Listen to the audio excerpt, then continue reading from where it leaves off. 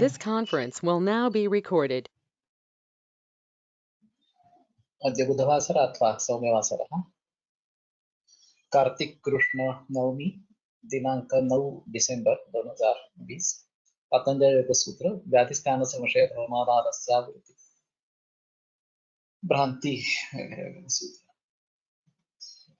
मूकं करोति वाचालं पंगुं नन्दयते गिरिं यत्कृपातमहं वन्दे परमानन्दमाधवम् अपि स्वशक्त्या तपसि प्रवर्तते शरीरमाद्यं खलु धर्मसाधनम् कनिष्ठिकाधिष्ठितकालिदासो यदुक्तवान् तत् अहमत्र वक्ष्ये उद्दिष्टमायुर्वेदस्य स्वस्थस्य स्वास्थ्यरक्षणम् आतुरे रोगमुक्तिश्च द्वयमेतत् प्रयुज्यते योगशास्त्रे धुना किन्तु न तस्य प्रयोजनं द्वयोर्मोक्षप्राप्तिः स्यात् योगो मोक्षप्रवर्तकः स्वास्थ्यं च रोगमुक्तिश्च मोक्षप्राप्तिस्तथैव च सम्यक् अध्ययनेनैव आयुर्योगस्य तद्भवेत्।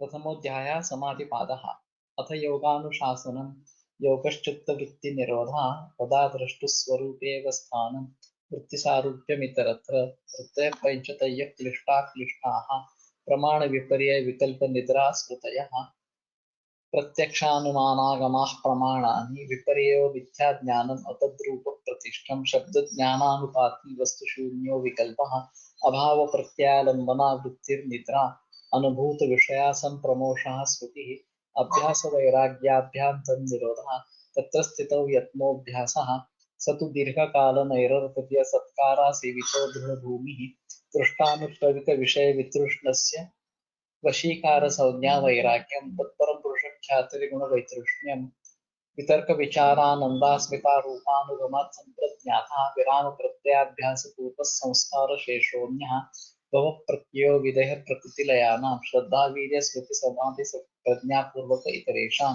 तीव्रसंवेगानाम् आसन्नः मृदमध्यातिमात्रत्वात् ततोऽपि विशेषः ईश्वरप्रणिधानाद्वा क्लेशकर्म विपाकाशयैरपरामृष्टः पुरुषविशेष ईश्वरः तत्र निरतिशयं सार्वज्ञबीजं स पूर्वेषामपि गुरुः कालेनानवच्छेदात् तस्य वाचकः प्रणवः तदर्थभावनं ततः प्रत्यक्केतनादिगमोऽप्यन्तरायाभावश्च व्याधिस्त्यानसंशयप्रमादालस्याविरतिभ्रान्तिदर्शनालब्धभूमिकत्वानवस्थितत्वानि चित्तविक्षेपास्ते अन्तरायाः दुःखदौर्बनस्य अङ्गमेजयत्व श्वासप्रश्वासा विक्षेपः सह भुवः तत्प्रतिषेधार्थम् एकतत्त्वाभ्यासः मैत्री करुणामुदितोपेक्षाणां सुखदुःख पुण्यापुण्यविषयाणां भावनातश्चित्तप्रसादनं प्रच्छर्दन विधारणाभ्यां वा प्राणस्य विषयवती वा प्रवृत्तिरुत्पन्ना मनसस्थितिनिबन्धिनी विशोका वा ज्योतिष्मती वीतरागविषयं वा चित्तं स्वप्ननिद्रा ज्ञानालम्बनं वा तथा विमतज्ञानाद्वा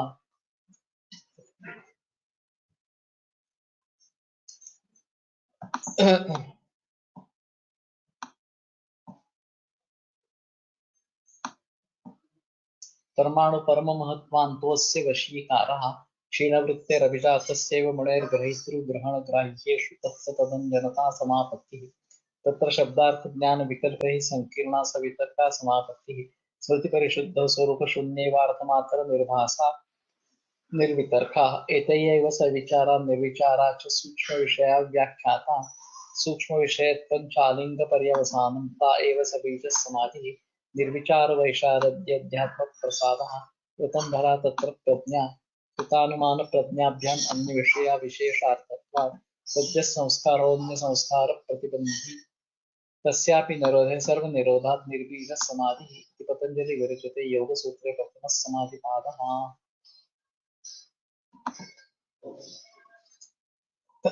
व्याधिस्थान संशय प्रमादालस्याविरतिभ्रान्तिदर्शनालब्धभूमिकत्व अनवस्थितत्वानि चित्तविक्षेपास्ते अन्तरायाः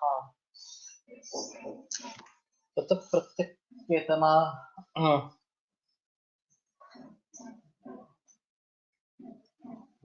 अंतराया भावश्च। तो पहले सूत्र में अंतराया भाव इस प्रकार सा होता है जो शुरुआत उसकी जो है ईश्वर प्रणिधानाद्वा इस प्रकार से होती है। और फिर ईश्वर किस प्रकार का है, तत्र निर्दिशम सार्वज्ञ बीजम वगैरह वगैरह कहते हुए, और तस्य वाचकः प्रणवः, उसका वाचक जो है वो प्रणव है, ओंकार। तज्जपः तदर्थ भावनम, और ओंकार का जब उसके अर्थ की भावना करना इस प्रकार का है। तथा प्रत्येक केतनाभिगमो व्यंतराया भावश्य, फिर उससे ये जो आत्मा की अनुभूति होना और जो अंतराय है वो नहीं होता है, अंतराया भाव उस प्रकार का होता है। तो ये अंतराय विघ्न है विभिन्न प्रकार के। तो कौन कौन से विघ्न है, तो व्याधि स्थान वगैरह वगैरह, ये सब विघ्न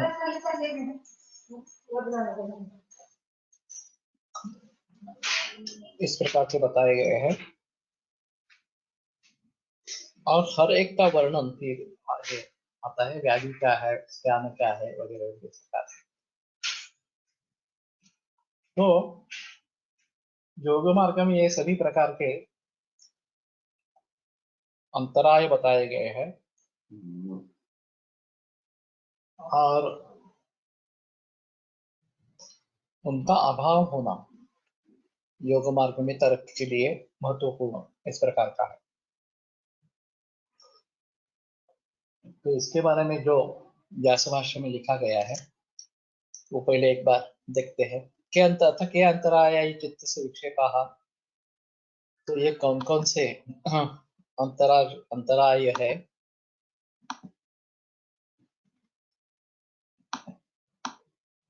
वो पुनस्ते कियंतो वा इति, और वो कितने हैं। व्याधि स्थान संशय प्रमाद आलस्य अव्यति भ्रांति दर्शन अलब्ध भूमिकत्व अनवस्थितत्वानि चित्त विक्षेपास्ते अंतरायाः। नव अंतरायाः चित्तस्य विक्षेपाः। तो ये 9 अंतराय है जो चित्त के विक्षेप इस प्रकार के कहे गए हैं। और फिर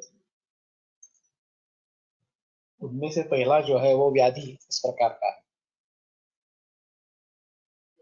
सह एते चित्तवृत्तिभिर्भवन्ति, तो ये चित्तवृत्ति के साथ रहते हैं। एतेषाम अभावे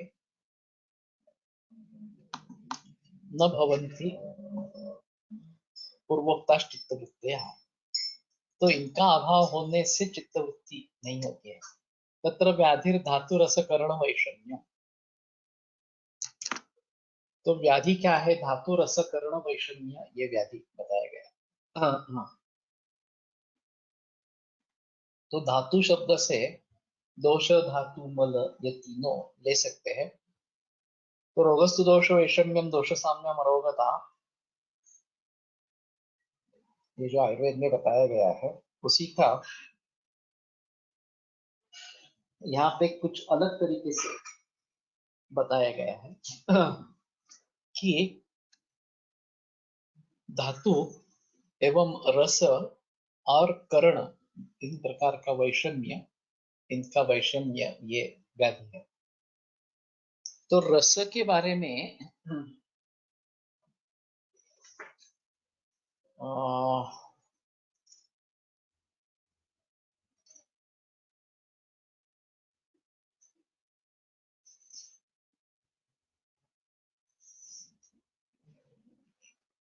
तो रस रक्त मांस वगैरह ये सब छ धातु, हाँ, वो यहाँ पे लेके गए, कृष्णा जी को लट करने उसका जिक्र किया है। और धातु शब्द से वात पित्त कफ, हाँ, इनको ले लिया है। तो ये मालूम नहीं है व्यास भाष्य में धातु कर्ण वैषम्यम और धातु रस कर्ण वैषम्यम, कर्ण जो है वो इंद्रिय है, ज्ञानेन्द्रिय और पंच कर्मेंद्रिय, उनके बारे में जो वैषम्य इस प्रकार का रहेगा वो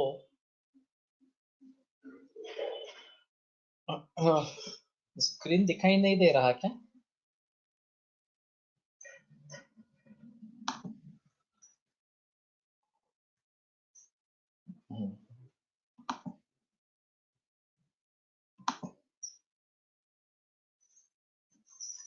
Waiting for people to see your screen. Screen दिखाई दे रहा है, नहीं दिखाई दे रहा है? हाँ हाँ, सुन रहे हैं ना?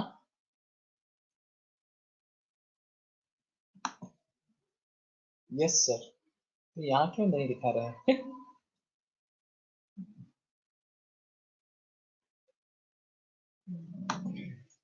ठीक है। हाँ, यस सर।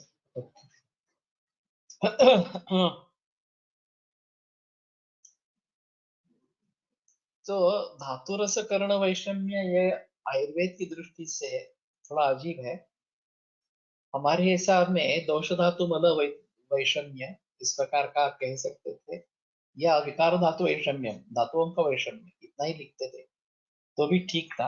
हाँ, धातु लिखकर रस लिखा है, ये अजीब है। और इन्होंने रस धातु उसको ले लिया है, तो हाँ,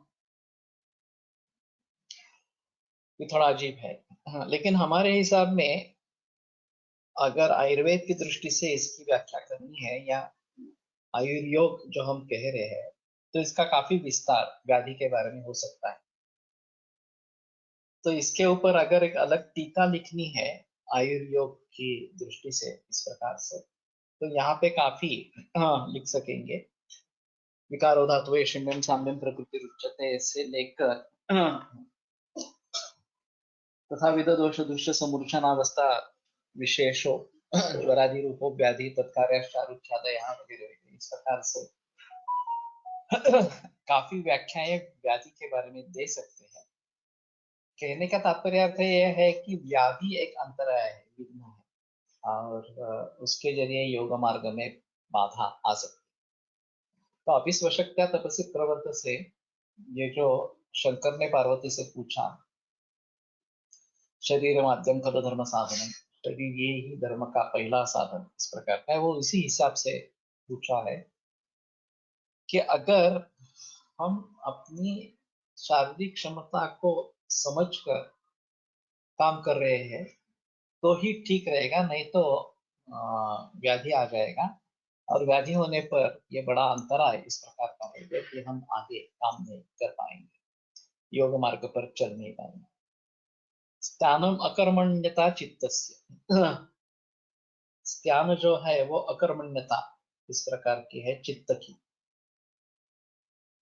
तो सत्व गुण का अगर उद्रेक इस प्रकार का होता है तो ज्ञान ग्रहण इस प्रकार का होता है। रजोगुण का उद्रेक इस प्रकार से होता है, वो सबसे ताकतवर बन जाता है, तो कर्म अच्छा इस प्रकार का होता है। लेकिन अगर तमोगुण का प्रभाव बढ़ जाता है तो चित्त स्थिर हो जाता है, एक जगह चिपक जाता है, और फिर कार्य प्रवृत्त नहीं होता, तो उसकी अकर्मण्यता इस प्रकार की हो जाती है, और फिर आगे हम कुछ नहीं कर पाएंगे इस प्रकार। संशय उभय कोटि ही कोटिस्कृत विज्ञानम स्यादिदम एवं न एवं स्यात् इति। तो संशय क्या है? उभय कोटिस्कृत विज्ञानम, दोनों कोटियों को स्पर्श करने वाला इस प्रकार का विज्ञान। स्यादिदम एवं न एवं स्यादिति, ये इस प्रकार से होगा, ये इस प्रकार से नहीं होगा। ये जो हैमलेट नाटक है, टू डू और not to do, something like, Shakespeare का प्रख्यात, कि मुझे क्या करना है क्या नहीं करना है, इस उलझन में अगर हम रहेंगे और संशय रहेगा कि ये करूँ तो ये होगा, वो करूँ तो वो होगा, दोनों से हानि होगी तो मैं ये करूँ या वो करूँ इस प्रकार से, तो उभय कोटि स्वरूप विज्ञान जब हम योग मार्ग पर चल रहे हैं तो उसमें एक अहम चीज है कि जिसको लौकिक सुख हम कहते हैं उसका हम त्याग कर, आंखों से अच्छा देखना, कानों से अच्छा सुनना, नैनों से पढ़ना वगैरह वगैरह, ये सब जो चीजें हैं उसका आनंद ले लेना, ये हम छोड़ देते हैं। सवितर्क, सविचार, इस प्रकार की जो संप्रज्ञात समाधियां की अवस्था बताई है, सवितर्क में इंद्रियों से हम थोड़ा सिकुड़ लेते हैं और कुछ ही इंद्रियों को कुछ उसके विषय सीमित करके कोई आलम्बन सामने रखा है, बस उसी को देखना है, बाकी कुछ इंद्रिय, चक्षु इंद्रिय का दूसरे किसी जगह पे उपयोग नहीं करना है, या उदबत्ती वगैरह ऐसे कुछ लगाए, अगरबत्ती लगाई है और उसका ही गंध सूंघना है, बाकी कुछ नहीं करना है वगैरह वगैरह। तो बाकी विषयों से अब हम अलग इस प्रकार के हो जाते हैं, अलिप्त इस प्रकार के हो जाते हैं। और उसके आगे विचार, सविचार संप्रज्ञात समाधि, इसमें तो ये आलम्बन मन में रहेगा, सामने भी नहीं रहेगा। उसके आगे सास्मित इस प्रकार का रहेगा, केवल मैं हूँ इतना ही, उसमें सानंद पहले होगा फिर उसके बाद सास्मित इस प्रकार का संप्रज्ञात समाधि। तो अपने ही इंद्रियों के बारे में हम उनके विषयों को सीमित इस प्रकार से कर रहे हैं, और सिर्फ एक ही लक्ष्य है कि तदादृष्ट स्वरूप अवस्थान, इस अवस्था को मुझे पहुंचना है इस प्रकार से। अब अगर यहाँ पे संशय निर्माण हो गया कि मैं इन सब सुखों का त्याग कर रहा हूँ जो आम आदमी नहीं कर रहा है, और मैं इस दृष्टि से जा रहा हूँ आगे कि हाँ मुझे असंप्रज्ञात समाधि सिद्ध होना है और तदादृष्ट स्वरूप अवस्थान, इस अवस्था को पहुंचना है, वहां पहुंचने पर सचमुच ही मैं मुक्त हो जाऊंगा या द्रष्टु स्वरूप में स्थित हो जाऊंगा, ऐसा सचमुच होगा या नहीं होगा? नहीं तो ये भी नहीं रहा और वो भी नहीं रहा, ये लौकिक सुख जिसको कहते हैं वो भी नहीं रहेगा, और वो भी हासिल हुआ है नहीं हुआ है तो वो भी नहीं रहेगा इस प्रकार। तो इस प्रकार का संशय अगर मन में है तो हम आगे तरक्की नहीं कर सकते हैं। तो या ऐसा होगा या नहीं होगा इस प्रकार के बारे में अगर हमारे मन में संदेह है, तो ये स्थिति इस प्रकार की हो जाएगी कि ये अंतराय बन जाएगा हमारे लिए, विघ्न भूत इस प्रकार का हो जाएगा, और फिर हम आगे नहीं बढ़ सकेंगे। तो इस प्रकार का संशय नहीं होना है, हमें पूरा प्रामाण्य होना चाहिए पतंजलि योग सूत्रों का, पतंजलि का।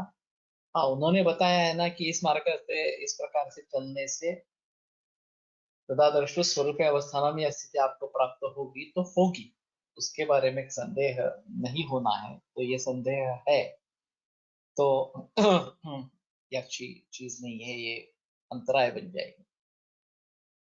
प्रमादः समाधि साधनानाम अभावना, ये समाधि के जो साधन है उनका अभावन, वो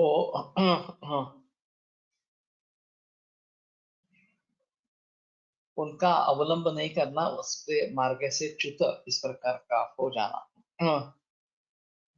समाधि साध्य होने के लिए एक विशिष्ट साधन का आश्रय करना अवश्य है, ऐसा ज्ञान होने के बावजूद भी उस साधन का आश्रय नहीं करना और उस तरफ प्रवृत्ति नहीं होना, यह प्रमाद है।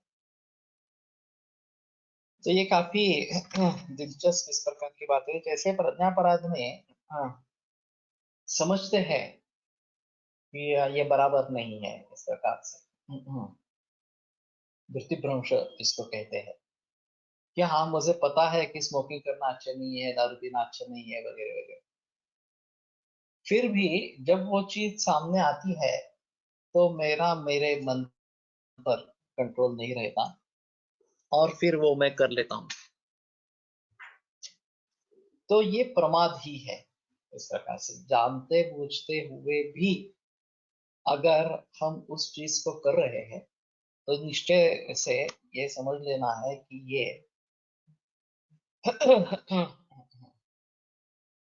प्रमाद इस प्रकार का है और उसको टालना ही अंतरा है। या अभी समझो सुबह 6:30 बजे लेक्चर है चरक या माधव निदान का, हम जानते हैं नहीं हमें ये करना है, इससे स्वाध्याय मां प्रमदा प्रमदा, ये उपनिषद का वाक्य है कि स्वाध्याय से प्रमाद मत करो। तो स्वाध्याय नियमित रूप से होना चाहिए। फिर भी ठीक है, एक दिन नहीं गए तो क्या हुआ, इस प्रकार से अगर करेंगे और कोई अच्छा खासा कारण नहीं है फिर भी अगर बंद करते हैं, लेक्चर सुनते नहीं है, तो ये प्रमाद इस प्रकार का। तो नियमित रूप से अभ्यास करना यह हमारे लिए आवश्यक है। अगर हम उस प्रकार से नहीं कर रहे हैं तो ये एक प्रमाद इस प्रकार का हो जाएगा और वह एक अंतराय इस प्रकार का है। आलस्यम कायस्य चित्तस्य च गुरुत्वात् अप्रवृत्ति। स्थानत्व जो बताया गया था वो केवल चित्त के बारे में स्थानत्व बताया गया था कि चित्त अकर्मण्य हो जाता है, कुछ कर्म नहीं करता। आलस्य में शरीर और चित्त दोनों गुरु हो जाते हैं और दोनों गुरु होने के कारण दोनों काम नहीं करते। तो वहां त्यान इसमें शरीर शायद काम करने के लिए सक्षम है और काम करना चाहता है, लेकिन मन काम करना नहीं चाहता है और मन नहीं काम करता है तो भी काम नहीं होता। यहाँ तो दोनों भी काम नहीं करना चाहते हैं कि हाँ बस पड़े रहेंगे, बस बाकी क्या करने का है। हमें आज ये सीखना ही नहीं है इस प्रकार से। तो ये आलस्य ये बड़ा शत्रु इस प्रकार का है, बड़ा अंतराय इस प्रकार का है और ये भी काफी मार्गों पर दिखाई देता है। वैसे देखा जाए तो ये योग मार्ग के लिए ये अंतराय है, लेकिन ये सभी मार्गों के लिए अंतराय है। सिर्फ योग मार्ग के लिए ही अंतराय है ऐसा नहीं है कि दूसरा भी कोई काम हम करना चाहते हैं, चाहे कोई उपजीविका का साधन हो, चाहे कोई पढ़ना लिखना वगैरह इस प्रकार का हो, जो भी हम करना चाहते हैं उसमें ये सब विघ्न रूप या अंतराय रूप इस प्रकार के हो जाते हैं और फिर हम वो काम नहीं कर पाते हैं। तो इसमें योग मार्ग में भी इस प्रकार का नहीं करना है। सतत विषयाचे चिंतन केल्यानेच ज्ञानत्व येते का, ऐसा तो नहीं कह सकते। अगर अतियोग हो जाता है चिंतन का तो मन थक जाता है, ये पॉसिबल है। और फिर ठीक है यहीं पे रुकेंगे और कुछ नहीं करेंगे वगैरह वगैरह, इस प्रकार की अकर्मण्यता इसमें प्राप्त हो जाएगी। लेकिन उत्साह ये जो एक लक्षण वायु का बताया गया है वो अगर नहीं है हाँ तो ना फिर दूसरा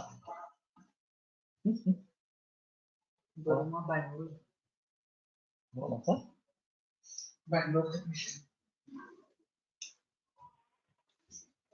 तो अति चिंतन ये जो है ये स्थानत्व का कारण हो सकेगा, लेकिन वही कारण रहेगा ऐसा भी नहीं बता सकते कि दूसरे कारणों से भी स्थानत्व इस प्रकार का आ जाएगा और चित्त जो है वो कर्म में नहीं जुड़ा रहेगा, ये एक थोड़ा सा हो सकता है। अविरति ही चित्तस्य विषय संप्रयोगात् संप्रयोगात् मगर्धः, कुछ गड़बड़ है।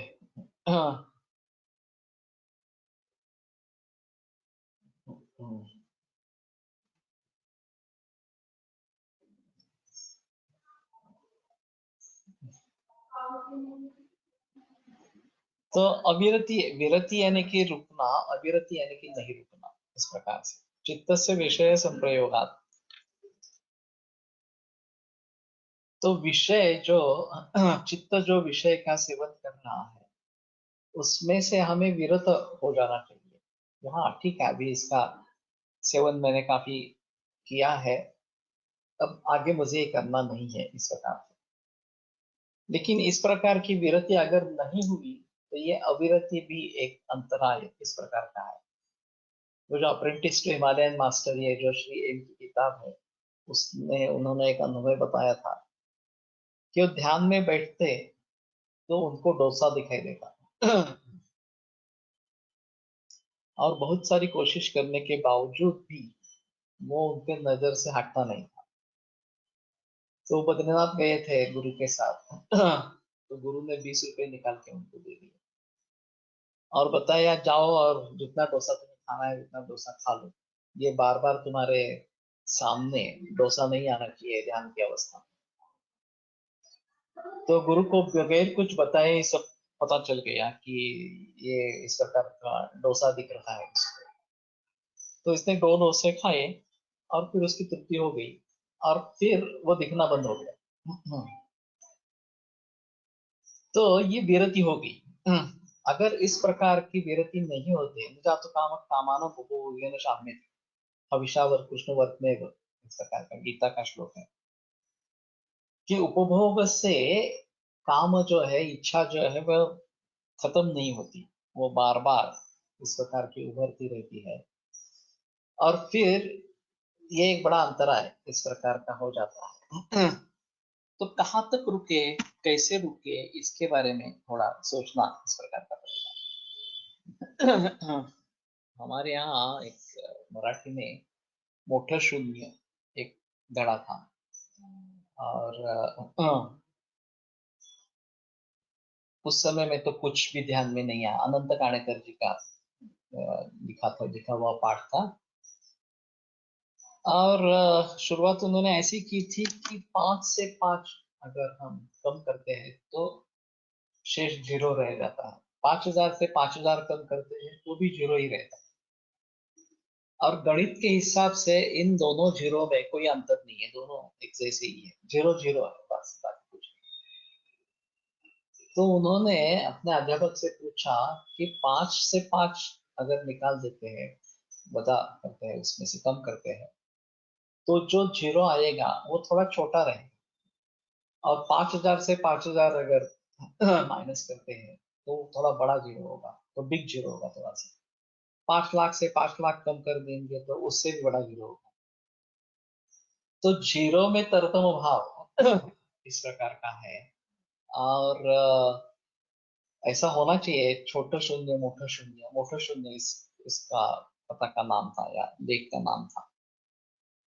8वीं कक्षा में पाठ था और उस समय नहीं मैं समझ पाया, नहीं अध्यापकों ने कुछ समझाया। प्रत्येक इच्छा पूर्ण होऊ शकेल असे नाही ना, अशा वेळी काय करावे। उसमें ऐसा है कि हमारी क्षमता क्या है, हमारी परिस्थिति क्या है, जो अनुकूल है प्रतिकूल है वगैरह वगैरह इस प्रकार से। तो जो इच्छाएं आकांक्षाएं अभी पूरी नहीं हो सकती उनके बारे में सोचना नहीं है, जो अभी कर सकते हैं, जो इच्छाएं पूर्ण हो सकती है उन्हीं के बारे में सोचना। वो पूरी करने के बाद शायद स्थिति आ सकती है कि उससे आगे की भी इच्छा पूरी हो सकती है, फिर उसके आगे की भी पूरी हो सकती है। तो जिस अवस्था में हमारी जिन परिस्थितियों में हमारी क्षमता के अनुसार जो करना है वो हमें सोचना है। सेल्फ एनालिसिस कैसे करावे, ये चरकाचार्य ने 8वें विमान स्थान 8वें अध्याय में बताया कि कर्ता जो है वो वैद्य करता है इस प्रकार का उन्होंने उदाहरण ले लिया है। और क्वचित अवश्य कार्य से करने समर्था न हुआ, मैं इस कार्य को पूर्ण करने में समर्थ हूँ या नहीं, तो मेरे गुण क्या है, मेरे अवगुण क्या है वगैरह वगैरह ये सब उन्होंने लिखे हैं कि ये इस प्रकार से पहले जांचो और फिर अगर मैं सक्षम हूं तो ही मैं कार्य हाथ में ले लूं, अगर सक्षम नहीं हूं तो मैं कार्य हाथ में नहीं लूं, ऐसा उनका स्पष्ट निर्देश है। तो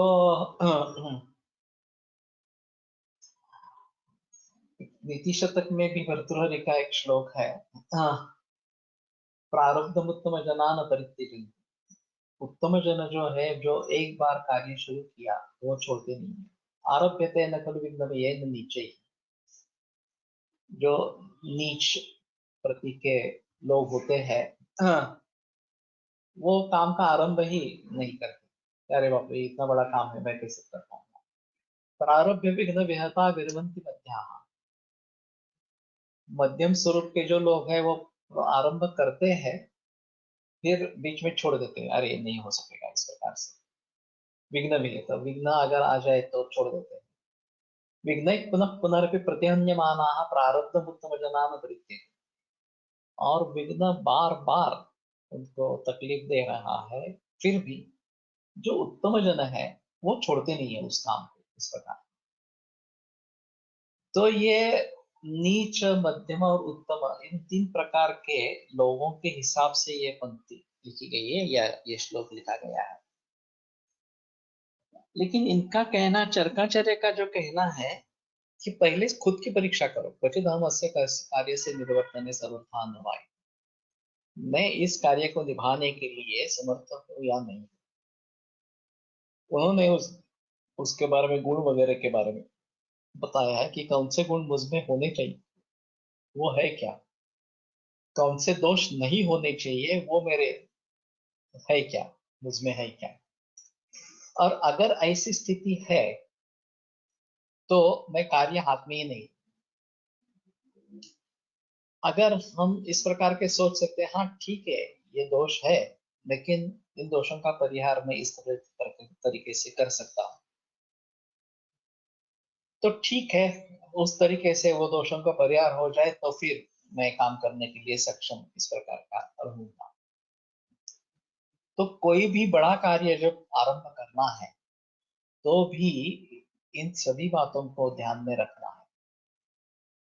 एक अजीब तरीका या अजीब स्थिति दिखाई देती है, वो ऐसी है कि अभी बहुत सारे रिसर्च चलते रहते हैं, बहुत सारी जगह पे चलते रहते हैं, और फिर साधन होते हैं वहाँ, बड़ी तनख्वाह दी जाती है, अच्छी लेबोरेटरी वगैरह होती है, और फिर भी जिस क्वालिटी का रिसर्च चाहिए वो नहीं होता, क्योंकि संशोधकों की उसमें लगन ही नहीं होती। मुझे ये काम किसी भी हालत में पूरा करना है, ये लगन ही नहीं होती। दूसरी जगह तनख्वाह अच्छी नहीं है, साधन सामग्री अच्छी नहीं है, प्रोत्साहन किसी भी की चीज का नहीं है, और बहुत सारे विघ्न हैं। ये सब होने के बावजूद भी अच्छा काम है। जो बड़े बड़े इस प्रकार के संशोधन किए गए हैं, वो बहुत कम साधनों से किए गए हैं और बहुत विपरीत परिस्थिति में किए गए हैं। तो उनको ये करना ही था, इसलिए उन्होंने किया। हमारे त्रिस्कंद कोश के बारे में बात कहेंगे तो कोलटकर सर की कल्पना थी, यूजीसी से एक 2 लाख का डेवलपमेंट अनुदान इस प्रकार का मिला था, और उसमें ये प्रोजेक्ट लिया गया, और बाद में पता चला कि अरे बाप रे, ये तो बहुत ही बड़ा प्रोजेक्ट है और ये 2 लाख में तो कुछ होने वाला नहीं। तो हमने यूजीसी को फिर से अप्रोच किया कि मेजर रिसर्च प्रोजेक्ट के लिए हमें ग्रांट दे दो। तो विस्मरण आवश्यक आहे, पण ते सुद्धा कठीण आहे। अनावश्यक बाबींचे विस्मरण आवश्यक है। ये शायद अभ्यास का ही विषय है कि जितना हमारा अभ्यास बढ़ेगा हम उसके बारे में कर सकेंगे। तो फिर हमने यूजीसी को लिखा, तो यूजीसी ने उत्तर दे दिया कि एक्चुअली आयुर्वेद हमारे परव्यू में है ही नहीं, उसके लिए CCRS स्वतंत्र संस्था है, तो आप CCRS को अप्रोच करो। तो हमने CCRS को लिखा। CCRS ने एक पंक्ति में लिख दिया कि हमारे पास फंड्स नहीं है। तो वास्तव में सही नहीं है, उनके पास बहुत फंड्स है, और वह कैसे खर्च करेंगे ये भी एक बड़ी मुसीबत है उनके पास। फिर भी जब कोई अच्छे काम के लिए पैसे मांग रहा है तो वो नहीं होता है इस प्रकार से। तो उन्होंने लिख दिया कि हमारे पास पैसे नहीं है। तो बड़ी नौबत आ गई कि आगे काम चलाएंगे कैसे। संयोग से सुधाकर राव नाइक उस समय में मुख्यमंत्री थे। और वो एक कन्वोकेशन के लिए आए थे, तो उन्होंने एक किसी प्रोजेक्ट के लिए 5 लाख का ऐलान कर दिया, और उसमें से 2.5 लाख आ भी गए। अब विद्यापीठ के पास कोई प्रस्ताव नहीं था, क्या करेंगे इस प्रकार से। तो फिर विद्यापीठ ने सोच लिया कि ठीक है, त्रिस्कंद कोश को ये अनुदान दे देते, ये जो प्रोजेक्ट के लिए आए हैं ये दे देते हैं, तो हमें कुछ योगदान उस तरीके से मिल गया। उसमें से लक्षण कोश पूरा हो गया। फिर मुझको बताइए, हेतु कोश भी अभी पूरा करना था, औषध कोश भी पूरा करना था, और उसको चंदा कहाँ से मिलेंगे इस प्रकार से। हमारी रिक्वायरमेंट थी तो बहुत कम थी, 25 लाख रुपए 3 वर्षों में हमें लगते, करीबन 8 सवा 8 लाख रुपए एक बरस के लिए, इतनी रिक्वायरमेंट थी। और वहां जामनगर में हर बरस में एड्रेस होता है एक दिन का, और पूरे देश भर से लोगों को बुलाते हैं व्याख्यान देने के लिए, और उसका बजट 27 लाख रुपए उस समय का था, एक दिन का बजट। सभी को एयर फेयर देते थे, कोई आकर एक 15-20 मिनट बोल लेता था, उनका होटल में रहना ये सब खर्चा किया जाता था, और उसके लिए 27 लाख रुपए खर्च होते थे। और अभी भी चीज चलता ना, अभी कुछ बढ़ गया उनका। तो जिसका कुछ भी रिजल्ट नहीं है, इसके लिए 27 लाख रुपए हर बरस खर्च होते हैं, और हमारा 3 बरस का प्रोजेक्ट 25 लाख में होने वाला था, उसमें हमें पैसा नहीं मिल रहा था। तो ये काफी दिक्कत इस प्रकार की होगी, और ये प्रोजेक्ट कैसे आगे चलाएंगे ये बड़ी बात हुई। तो फिर हमारे यहाँ प्रस्ताव पारित हो गया कि इसके लिए फंड्स नहीं है, तो ये प्रोजेक्ट बंद कर। दक्षिण कोष का काम पूरा हुआ था, लेकिन हेतु कोष और औषध कोष फिर भी आगे थे। उसमें एक मुझे मौका मिला कि आयुष डिपार्टमेंट नया इस्टेब्लिश हो गया, और शांता शास्त्री करके एक सचिव वहां पे नियुक्त हो गई, वो अनकरप्टेड लेडी थी और संस्कृत की जानकार थी। तो मुझे सिर्फ इतना पता चला कि अनकरप्ट है और संस्कृत अच्छा जानती है। तो मैंने उनसे मुलाकात की, उन्होंने सब प्रोजेक्ट सुन लिया और बताया कि प्रोजेक्ट अच्छा है, लेकिन मेरे पास कुछ भी फंड्स नहीं है, डिपार्टमेंट बिल्कुल नया है, तो मैं नहीं कुछ कर पाऊंगा। तो मैं खाली हाथ लौट आया दिल्ली से। फिर फरवरी में ये प्रस्ताव पारित हो गया कि फंड्स नहीं है तो प्रोजेक्ट बंद करना चाहिए।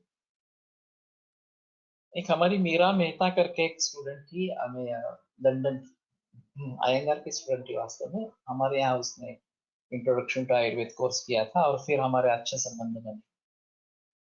तो पुणे किसी काम के लिए आई थी और मुझे मिलने के लिए आई थी। तो मैंने ऐसे ही बता दिया कि ये प्रोजेक्ट बंद होने वाला है। तो वो बड़ी चौंक गई, बड़ी क्रोधित हुई। मैंने, पैसे नहीं है तो इतना अच्छा प्रोजेक्ट तुम बंद कैसे कर रहे हो? पैसे नहीं है तो पैसे कमाने हैं, अगर आप नहीं कर सकते हैं तो मैं पैसे मिलवा के दूंगी, मैं विदेशों से पैसे लाऊंगी, उससे फंड लाऊंगी। तो उसकी बातों को सुनकर मुझे ऐसा लगा कि ये बहुत सच्चे दिल से बात कर रही है। तो उसने कहा कि आपने फंड रेजिंग अपील कुछ किया है क्या? मैंने नहीं, कुछ भी नहीं किया है। तो बोले कि पहले ऐसा करते हैं, ये फंड रेजिंग अपील करते हैं। और वो और उसके एक ऑस्ट्रेलियन सही, उन दोनों ने एक दिन पूरा बैठकर एक लीफलेट बनाया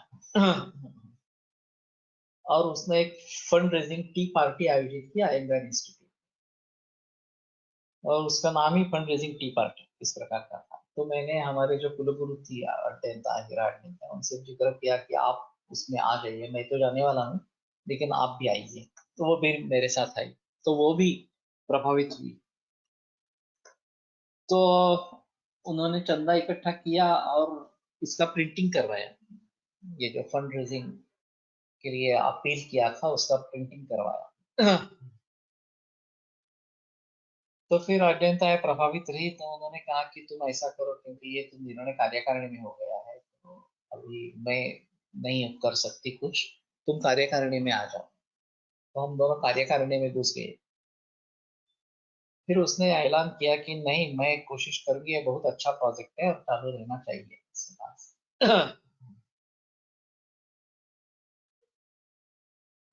तो फिर हमारे यहाँ वैद्य आनंद जी ने एक धन्वंतरी निधि नाम का फंड एस्टेब्लिश किया था, और उनकी खुद की कंट्रीब्यूशन करीबन 30 लाख रुपए उन्होंने वहां पे जमा किए थे अपने खुद के प्रैक्टिस से।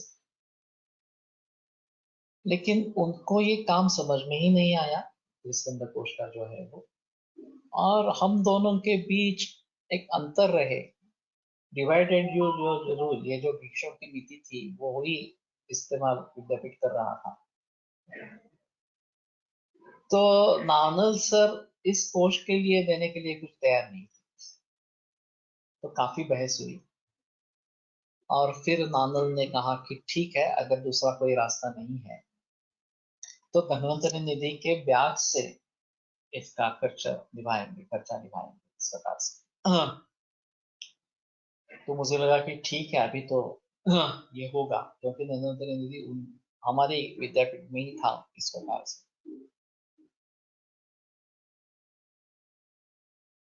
लगभग 45,000, और धन्वंतरी निधि का ब्याज जो आता था वो 2,10,000 था।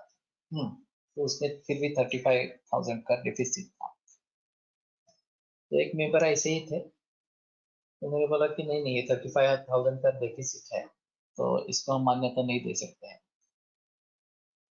तो मैंने उससे जिक्र किया कि गत साल हमने 1 लाख रुपए हमारे कोर्सेज से विद्यापीठ को दिए हैं, वो आपके ऑडिट में है, आप देखो एक बार, इस बरस भी होगा इसी प्रकार से। माने नहीं, बोले नहीं नहीं, पिछले बरस में हुआ इसलिए इस बरस में भी होगा, ऐसा हम नहीं मान सकते इस प्रकार से। तो मैंने कहा ठीक है 35,000 मेरी तनख्वाह से कट कर रहा हूँ, और उसमें डाल दो, तो प्रोजेक्ट एक बरस के लिए चलेगा।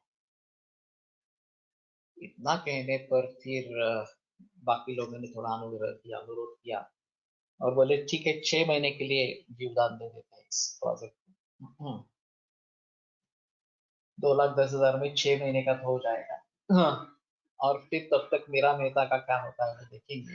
अगर वो चंदा इकट्ठा करके ला सकती है तो आगे चलेगा, नहीं चलेगा तो देखेंगे। तो फिर ये मान्य हो गया, और उसको 6 महीने का जीवन दान मिल गया। फिर उसके बाद में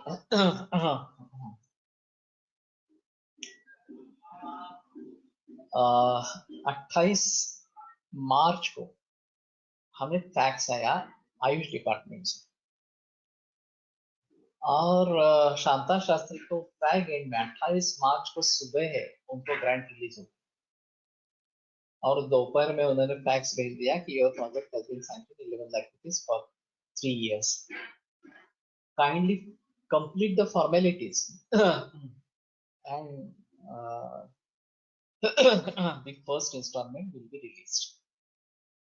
तो मैं और हमारे रजिस्ट्रार हम दोनों मिलके वहां पे गए, जितने भी दस्तखत करने थे वो सब पूरा किया, और 5 लाख का चेक लेके विद्यापीठ में वापस आ गए। तो फिर जीवनदान मिला, फिर मीरा मेहता ने उनकी जो कोशिश थी वो बंद कर दी और 3 बरस हेतु कोष का कार्य पूरा हो गया। तब तक शांता शास्त्री भी रिटायर हो गई। हाँ, दूसरी शैलजा चंद्रा वहां पे आई। इन लोगों को पैसे चाहिए तो हमने तो नहीं दिए थे। हाँ, बाकी जो है तो फिर वहां पे बाधा आ गई। कि औषध कोष के लिए कुछ भी रास्ता नहीं निकल रहा था। तो मैं ऑस्ट्रेलिया में था और हिरवाणी करके एनसीएल में काम करने वाले बुजुर्ग है। तो उनसे मैंने ऐसे ही बात की थी कि आप एक बार हमारा कोष का कार्य, वो वास्तव में केमिस्ट्री के है, संस्कृत या आयुर्वेद का कोई लेना देना नहीं, लेकिन वर्कोहोलिक है और एक गवर्नमेंट सर्विस में होने के बावजूद डेडिकेटेड टू वर्क इस प्रकार के है। तो उनको कैसे फुर्सत मिली मालूम नहीं, लेकिन उन्होंने विजिट की यूनोवी को और कोष का कार्य देखा तो बहुत ही इम्प्रेस हुए। और फिर उन्होंने मुझे ऑस्ट्रेलिया में फोन लगाया कि I have seen the project, it's marvellous work and we want to get associated with this project. तो मैंने कहा मैं 2 ही दिन में पुणे में आने वाला हूँ, आते ही तुम्हें मिलता हूँ, तो फिर आगे सोचेंगे कैसे करेंगे। तो जैसे ही पुणे आया मैंने उनकी भेंट की, तो उन्होंने फिर से वही बात कही कि ये बहुत ही अच्छा प्रोजेक्ट है, फंडामेंटल वर्क है और फिर भी इसकी उपयोगिता प्रैक्टिकल लेवल पर बहुत है। तो मैंने कहा कि हाँ मैं जानता हूँ, लेकिन कैसे करेंगे। तो मुझे तो उनका कोई अंदाजा नहीं था कि ये क्या क्या कर सकते हैं इस प्रकार से। तो मैंने कहा कि आप मुझे माशेलकर की भेंट करवाइए, क्योंकि सीएसआर के हेड जो है वो माशेलकर।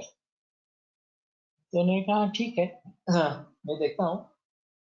और फिर 2 ही दिन में माशेलकर पुणे में आने वाले थे, तो उन्होंने उनसे बात करके अपॉइंटमेंट फिक्स करवा ली।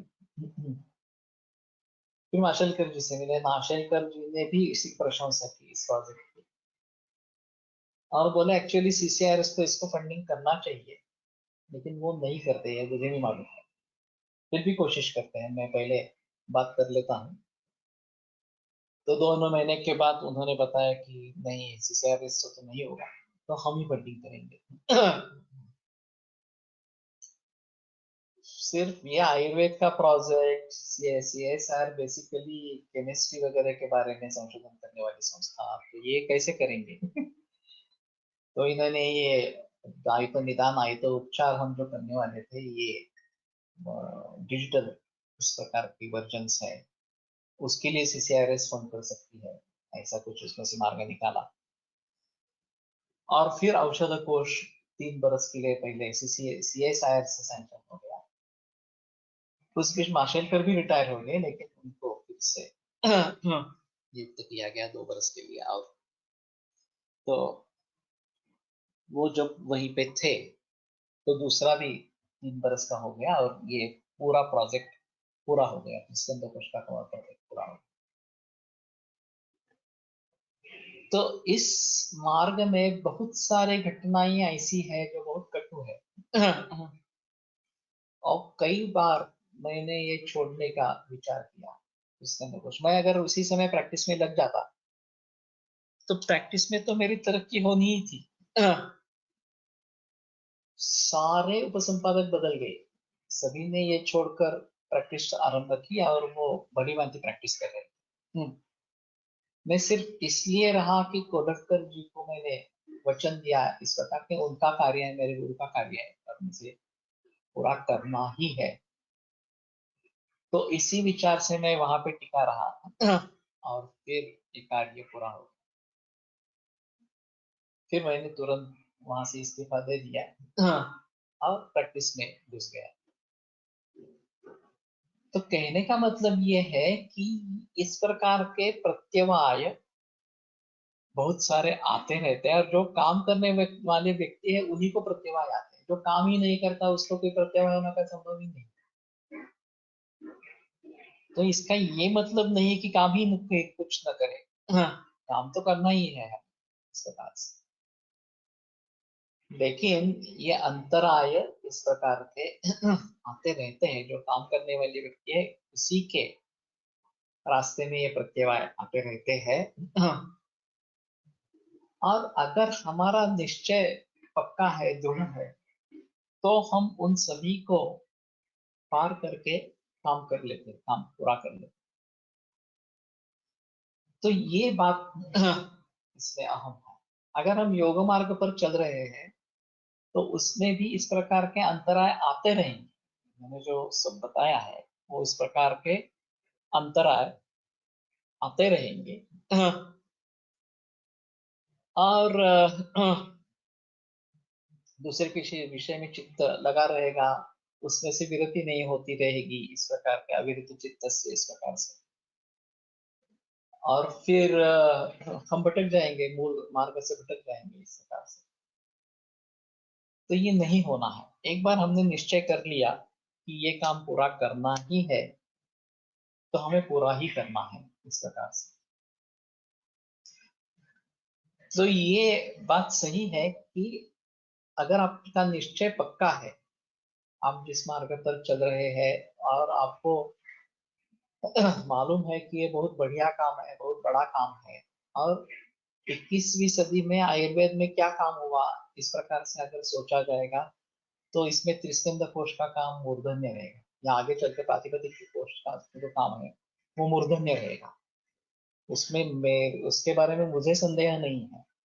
लोग उसको समझे न समझे ये अलग चीज है, लेकिन इससे उस काम की महत्ता कम नहीं होती। और कोल्हटकर जी की सोच जो त्रिस्कंद कोश में दिखाई दी, इस प्रकार का अनूठा प्रोजेक्ट लेने की, इस प्रकार से, वो एक अलग ही चीज है। तो अभी इन्होंने बैड मेमोरीज तो कैसे हटा हटाना इस प्रकार से। और बहुत बरसों के बाद मैंने इसके बारे में थोड़ा जिक्र किया। और इसमें अच्छी मेमोरीज भी है, बैड मेमोरीज भी है, दोनों भी है। तो अच्छी मेमोरीज हमें प्रेरणा देती रहती है कि ठीक है, आगे इस तरीके से हमें आगे चलना है। और जो बैड मेमोरीज इस प्रकार के हैं वो हमें सावध करती रहेंगी कि इस प्रकार का भी हो सकता है, तो हमें सजग रहना इसके लिए आवश्यक इस प्रकार का रहेगा। भ्रांति दर्शनम विपर्यय, तो भ्रांति दर्शन विपरीत इस प्रकार का ज्ञान हो जाना, ये भ्रांति दर्शन होता रहेगा। और हम समझेंगे कि यहाँ हम ये सिद्ध कर पा रहे हैं वगैरह इस प्रकार से, और वास्तव में वैसा नहीं है, ये भ्रांति है इस प्रकार की। अलब्ध भूमिकत्वम समाधि भूमि है अलाभा, जो समाधि भूमि हमें प्राप्त होनी चाहिए, उस अवस्था को हम नहीं पहुंचेंगे तो ये अलब्ध भूमि इस प्रकार का होता है। और अनवस्थितम लब्धायाम भूमो चित्तस्य अप्रतिष्ठा समाधि प्रतिलंभे ही सति तद अवस्थितम स्यात्। और वहां पे स्थिरता प्राप्त न होना, उस अवस्था को पहुंचना लेकिन वहां पे स्थिरत्व प्राप्त न होना, अनवस्थितत्व रहना, ये अनवस्थितत्व इस प्रकार का है। एते चित्त विक्षेपा नवयोगमला योग प्रतिपक्ष अयोग प्रतिपक्ष योगांतराया इत्यादि। ये चित्त विक्षेप जो नव योगम बल है इस प्रकार के, तो योग प्रतिपक्ष ये हमारे लिए एक बाधा बन जाता है, हमारे विरोधी इस प्रकार के बन जाते हैं। अंतराय इत्यादि, तो इनको अंतराय इस प्रकार का कहा जाता है। तो ठीक है, यहीं पे आज रुकते हैं। अगले सोमवार को अमावस्या है, तो वैसे भी सुबह का भी वाचन नहीं रहेगा और दोपहर का भी नहीं रहेगा। अगले बुधवार को इसी बात को थोड़ा सा फिर से दोहराएंगे, उसके बारे में थोड़ा और जिक्र करेंगे, और फिर आगे चलेंगे। तो यहीं पे रुकते हैं। योगेन चित्तस्य पदेन वाचा मलं शरीरस्य च वैद्यकेन योपाकरोत्तं प्रवरं मुनीनां पतञ्जलिं प्राञ्जलिरानतोऽस्मि। विरम्यते व्याख्यान व्यापार। अगले बुधवार से